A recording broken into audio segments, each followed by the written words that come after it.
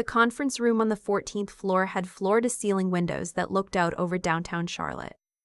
I remember thinking, as I walked in that morning, that it was the kind of view my father would have loved. He used to say that a man who could see far could plan far. He planned further than any of us knew. My brother Clifton was already seated when I arrived. He had on a navy suit I didn't recognize, the kind you buy when you want people to think you've always had money. His wife, Janelle, sat beside him with her hands folded on the table like she was about to chair a board meeting. My mother was at the far end, dabbing at the corner of her eye with a tissue that had been perfectly folded in advance. I noticed she didn't smudge her mascara once. Our family attorney, Mr. Okafor, sat across from them. He was the one who had called this meeting, not me. I want to be clear about that, because Clifton would later tell people I had orchestrated the whole thing. I hadn't orchestrated anything. I had simply shown up the way I always showed up and waited. I set my coffee on the table and took the seat directly across from my brother. He looked at me the way he always looked at me when we were children, and I had something he wanted. Not angry exactly. Calculating. "Glad you could make it," he said. I didn't answer. I checked my phone, put it face down, and waited for Mr. Okafor to begin. My father, Harold Eugene Whitfield, died 11 weeks before that morning. He was 73 years old. He had built a regional logistics company from a single delivery truck he bought used in 1987 for $4,000. By the time he retired, the company had 47 employees and contracts with 3 hospital systems across the Carolinas. He was not flashy about it. He drove a 12-year-old Buick until the year before he died. He clipped coupons. He sent me birthday cards with a $20 bill inside until I was 31 years old, which embarrassed me and which I now understand was the most Harold Whitfield thing he could possibly have done. He was also the kind of man who documented everything. That part is important. I didn't know how important until Mr. Okafor opened the folder. But I'm getting ahead of myself. My brother Clifton is 8 years older than me. When I was growing up, he was the one our parents talked about at dinner. He got into UNC on a partial scholarship. He married well, according to my mother, which meant Janelle came from a family that belonged to the right church and vacationed in Hilton Head. Clifton took a position at a commercial real estate firm after college. And for about 6 years, things went well for him. Then they didn't. I only know the broad strokes because nobody told me anything directly. I pieced it together over years of overheard phone calls and half-finished sentences at Thanksgiving. What I know for certain is that somewhere around 2014, Clifton started borrowing money from my father. The first time I found out was by accident. I was home for Christmas and I went downstairs for water at 2 in the morning, and my father was sitting at the kitchen table with a legal pad and a calculator. He looked up at me and said, "Go back to bed, sweetheart." I asked him what he was doing and he said, "Just keeping track." I didn't ask of what. I should have asked. I was 24 then and living in Raleigh and trying to build something of my own, which is how I think of my 20s now, just trying to build something before anyone noticed I didn't know what I was doing. I was working in hospital administration, managing scheduling systems for a large practice group. It wasn't glamorous. It was also completely stable, which my mother made clear she considered a character flaw. Clifton is entrepreneurial, she used to say. He takes risks. What she meant, I later understood, was that Clifton took risks with other people's money. In 2016, my father helped him through what my mother called a rough patch in the market. In 2018, there was something to do with a development deal that fell through. In 2019, Janelle had a health scare, real, not manufactured. I want to be fair. And the bills were significant. My father helped with that too. I don't begrudge that one. Medical debt is its own kind of trap, and I wouldn't wish it on anyone. What I do have feelings about is what happened in the summer of 2020. I had just gone through a difficult year. Not just the pandemic, though that was part of it. I had a procedure in February of that year, a surgery that I had been putting off for 2 years because I was uninsured for a period, and then because the deductible on my new plan was steep, and then because I kept telling myself it wasn't urgent. By the time it became urgent, the bill was going to be significant regardless of insurance. somewhere in the range of $9,000 out of pocket. I called my father.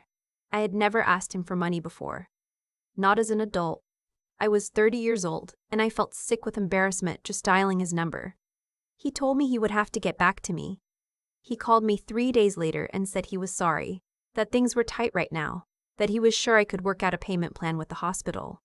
I said okay. I worked out the payment plan. I paid it off over 22 months while also paying rent and student loans and keeping the lights on. I never said another word to my father about it.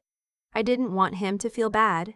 What I didn't know, and would not know for 4 more years, was that in that same month, my father had written Clifton a check for $35,000 for a commercial property investment that Clifton had described to him as a sure thing.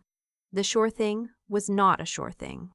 But by the time I found that out, my father was gone, and what mattered was what he had left behind, and for whom. My father came to me in the spring before he died. He was in town for a doctor's appointment, and we had lunch at a diner near my apartment. He ordered a patty melt and ate maybe 6 bites of it and then pushed it to the side and looked at me with an expression I had never seen on his face before. "I need to tell you something," he said, "and I need you to not react right now. Just listen." I put down my fork. He told me that he had spoken with a financial advisor and an estate attorney over the previous 18 months. He told me that he had made some decisions about his assets that he wanted me to understand before anything happened to him. He said he had spent a lot of time thinking about fairness and about what was right, and that they were not always the same thing. He told me about the trust. I am not going to pretend I fully understood all of it in that moment. What I understood was this. He had put the majority of his assets into an irrevocable trust. The trust had a professional trustee, not a family member, not Mr. O'Coffer, but a separate fiduciary firm that specialized in estate administration. The trust had specific conditions. It had records attached to it, and it had a clause that I didn't fully understand the implications of until I was sitting in that conference room 11 weeks after his funeral, watching my brother straighten his cuffs. He also told me something else. He said, "I know I haven't always been fair to you, and I'm sorry for that. I can't go back and fix it, but I can make sure you're not standing there empty-handed when I'm gone." I did not cry at the diner. I cried in my car in the parking garage for about 20 minutes. Then I drove home and I called nobody. That was April. He died in August. Quietly, at home, early on a Tuesday morning. My mother called me and her voice was steady in the way that voices get when the grief is too large for sound. We buried him on a Saturday. At the reception afterward, Clifton pulled me aside and said, "I'm sure Dad took care of everything fairly." He said it the way people say something when they want to believe it so badly they're preemptively narrating the outcome. "I'm sure he did," I said. I smiled. I went and got more sweet tea.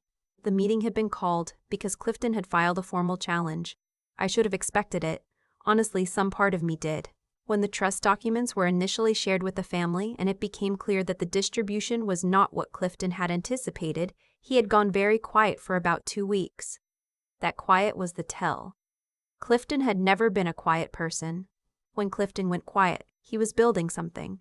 What he built was a narrative. By the time we were sitting in that conference room, he had assembled a version of events in which my father had been mentally diminished in his final years, in which I had isolated him from the family, in which his unusual closeness with me in his later life was evidence of undue influence.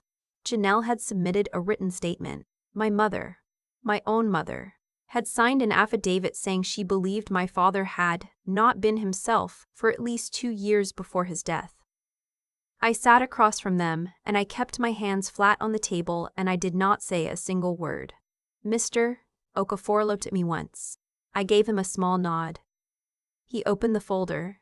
"Before we address the challenge," he said, in the specific tone of a man who has been waiting a long time to say exactly this, "there is someone I'd like to introduce." The door opened.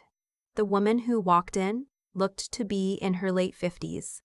She was wearing a gray blazer and carrying a laptop bag that had seen better days. She set the bag on the table with the quiet authority of someone who has absolutely nothing to prove to anyone in the room. She introduced herself as the senior administrator from Keystone Fiduciary Partners, the firm my father had designated as trustee. Her name was Ms. Drummond. She did not smile. She opened her laptop, and then she opened a second folder, a physical one, thick with tabs, and she placed it on the table in front of her. Clifton's attorney said, "We appreciate you being here. As you're aware, our position is that Mr. Monter, Whitfield's mental capacity in the final 18 months of his life was significantly compromised, and that the trust documents were executed under circumstances." "I'm aware of your position," Ms. Drummond said, without looking up from her folder. "I've reviewed it. I'd like to share what I've reviewed in response." She began with the documentation my father had submitted to Keystone Fiduciary when he established the trust relationship. My father had sent them, over the course of 14 months, a series of written communications. Letters, mostly, typed because his handwriting had gotten harder for him in his later years, but signed by hand. Each letter was dated. Each was written with the kind of clarity and specificity that made Clifton's attorney go very still very quickly. The letters documented the loans. All of them, dating back to 2013. My father had kept a ledger. Not just amounts and dates, but context. Why the money was requested, what it was said to be for, what had actually happened to it, when he was able to determine that. Some entries were matter of fact, others were not. There was one entry from 2017 after a particularly large transfer, where he had written, "Clifton told me this would be the last time. I believed him. I am choosing to continue to believe him, because the alternative is something I am not ready to face about my son." Ms. Perne. Drummond read that one aloud in a tone completely devoid of editorial inflection. The room was completely silent. My mother set down her tissue. There were also phone records. My father, it turned out, had requested his own phone records from his carrier going back 4 years and submitted them to the fiduciary firm with annotations. He had highlighted the dates he had called Clifton and not received a call back. He had noted the months where there was no contact at all. He had cross-referenced these with the loan entries, so you could see, plainly, that the periods of greatest financial request corresponded with the periods of most frequent contact, and the periods of repayment request corresponded with near total silence. Clifton's attorney started to say something. Ms. Drummond held up one hand. She had not looked up from the folder. "I'm not finished," she said. What came next was the part I hadn't known about. Not even from my father's conversation at the diner. When he established the trust, my father had undergone a formal cognitive assessment. Voluntarily, he had gone to a neuropsychologist and completed a full evaluation and submitted the results to Keystone Fiduciary as part of the trust documentation. The assessment showed no cognitive impairment. It was dated 11 months before his death. He had also written a letter specifically addressed to the possibility of a legal challenge. In it, he wrote that he was aware his decisions might be questioned after his death. He wrote that he had anticipated this. He wrote, in his calm and methodical way, that he had structured the documentation specifically so that his intentions could not be misread by anyone who looked at the actual evidence rather than simply at what they had expected or hoped to receive. He wrote, "I know my children. I know which one will fight this. I also know which one has been fighting for herself quietly for her entire life without asking me to notice. This trust is me noticing. This trust is me being fair in the way I was not always fair when I was alive to choose differently." Miss Drust-Ulv. Drummond read that last part the same way she read everything else. Flatly. Factually. It hit harder for that. I kept my hands on the table. I looked at the middle distance just past Clifton's left shoulder. I did not let my face do anything that could be used against me later. Janelle was the first to react. She leaned toward Clifton and whispered something. He shook his head once, sharply. My mother looked at me. I looked back at her. I don't know what she saw on my face. I don't know what I felt in that moment. It was too large for one feeling. It was something like grief and something like vindication and something like exhaustion, at the fact that vindication and grief so often arrive at the same time. Clifton's attorney requested a recess. Ms. Drummond said, "Of course," and closed her folder. She poured herself a glass of water from the pitcher on the table and looked out the window at the Charlotte skyline, like she had nowhere particular to be and had already seen everything worth seeing in this room. I stepped into the hallway. Mr. Okafor followed me. "You okay?" he he asked. Yes, I said. He nodded. The no contest clause is going to be the thing, he said quietly. If they proceed with the formal challenge and it fails, and it will fail, they forfeit their portion of the discretionary disbursements. That's significant. I knew. My father had explained it to me, in his careful way, over a patty melt he barely touched. He knew they'd do this, I said. Mr. O'Coffer looked at me for a moment. Your father was a very deliberate man. He was, I said. We went back in. Clifton's attorney, to his credit, was a competent enough professional to read a room. He spoke privately with Clifton for about 4 minutes in the corner. I watched Janelle's face during those 4 minutes. I watched the exact moment she understood what the no contest clause meant in practical terms. It moved across her expression like weather, disbelief, then calculation, then something cold and settled. They did not proceed with the formal challenge. The meeting ended without resolution in the dramatic sense. No one shouted, no one cried, or if they did, it was the kind of crying that happens in cars on the way home, private and without an audience.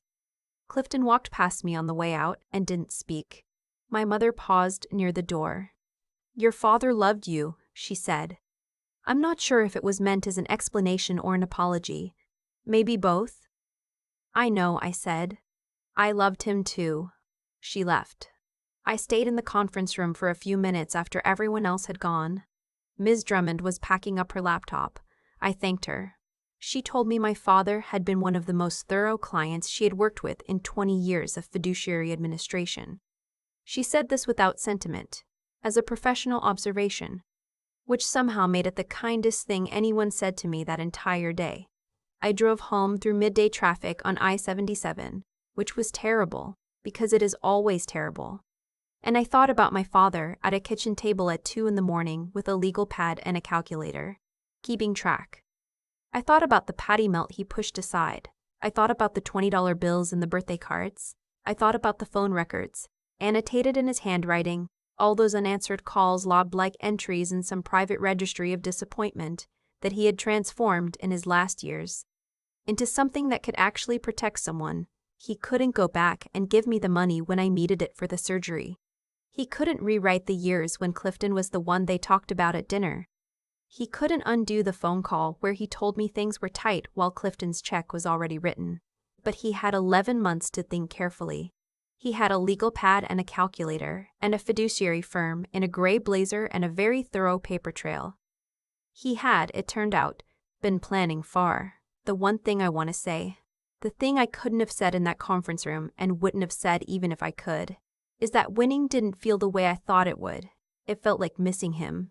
It felt like sitting in a room full of evidence of how well he had known me and how long he had been paying attention, and aching that I couldn't tell him I had seen it all. That it had worked. That he could rest now. He had said he was sorry. At the diner, in the careful, Harold Whitfield way of saying things once and meaning them completely. I hadn't said it back. I don't know why. I think I thought I'd have more time. I didn't, but he had made sure, in the way that was available to him, that I wouldn't be left standing empty-handed in a room of people who had spent years deciding I didn't deserve to be there. You can't bully a ledger. You can't gaslight a fiduciary record. You can't dry. People do. But my father knew that too. He had kept track. I've thought a lot about what my father was doing at that kitchen table at 2 in the morning, not just that one night, but all the nights I didn't see. All the times he sat with a legal pad and wrote something down that he knew, even then, might matter later. He wasn't dramatic about it. He wasn't building a case out of anger. He was just keeping track. The way careful people do when they understand that the truth has a way of becoming slippery if you don't pin it to paper while it's still clear. What I keep coming back to is this. The choices we make quietly, over years, are the ones that actually define us. Not the arguments. Not the confrontations. Not the moments where someone demands something in a loud voice while wearing expensive clothes. Those moments feel powerful in the room. But they don't hold weight the way a dated entry in a ledger does. They don't hold weight the way a phone record does. Sitting in a folder, in a fiduciary's laptop bag that has seen better days. Clifton made choices too. He made them over years, the same way my father did. He chose to call when he needed something and go quiet when he didn't. He chose to frame his brother's generosity as obligation and his own borrowing as investment. He chose to interpret my father's love as a resource rather than a relationship. Those choices felt comfortable and convenient at the time, I imagine. Most choices that cost us something do. But here is what I've come to understand about how things actually work. Separate from luck or fairness or who deserves what, actions accumulate. They don't disappear. Every time Clifton didn't call back, my father wrote it down. Not out of spite. I genuinely believe that, but because he was a man who had spent 50 years in business and understood that what goes undocumented gets disputed. He documented his own grief the way he documented his accounts receivable. That's who Harold Whitfield was. And I think the hardest thing I've had to sit with is that I was not entirely innocent in my own story either. I didn't ask questions I should have asked. I didn't push back when I was told things were tight. I accepted a payment plan for $9,000 without ever asking my father why. Exactly, the timing was what it was. I was 30 years old and I told myself it was because I didn't want to make him feel bad. But part of it was also that I had spent a long time believing my role in the family was to need less. To be quieter. To take up less space at the table. The difference between Clifton and me is not that I was a better person in some fixed, permanent sense. The difference is that I kept building something real. A career, a budget, a life that could hold its own weight, while telling myself the recognition didn't matter. It turns out my father saw that. He saw it and said nothing for years. And then, when he had the chance to say something that couldn't be argued with, he said it in a way that lasted. I don't think resilience is about being strong in the dramatic sense. I think it's about continuing to do the right thing in the small, unremarkable moments when no one is watching and no one is recording it, and trusting that the record accumulates anyway. My father taught me that, not by saying it, but by doing it.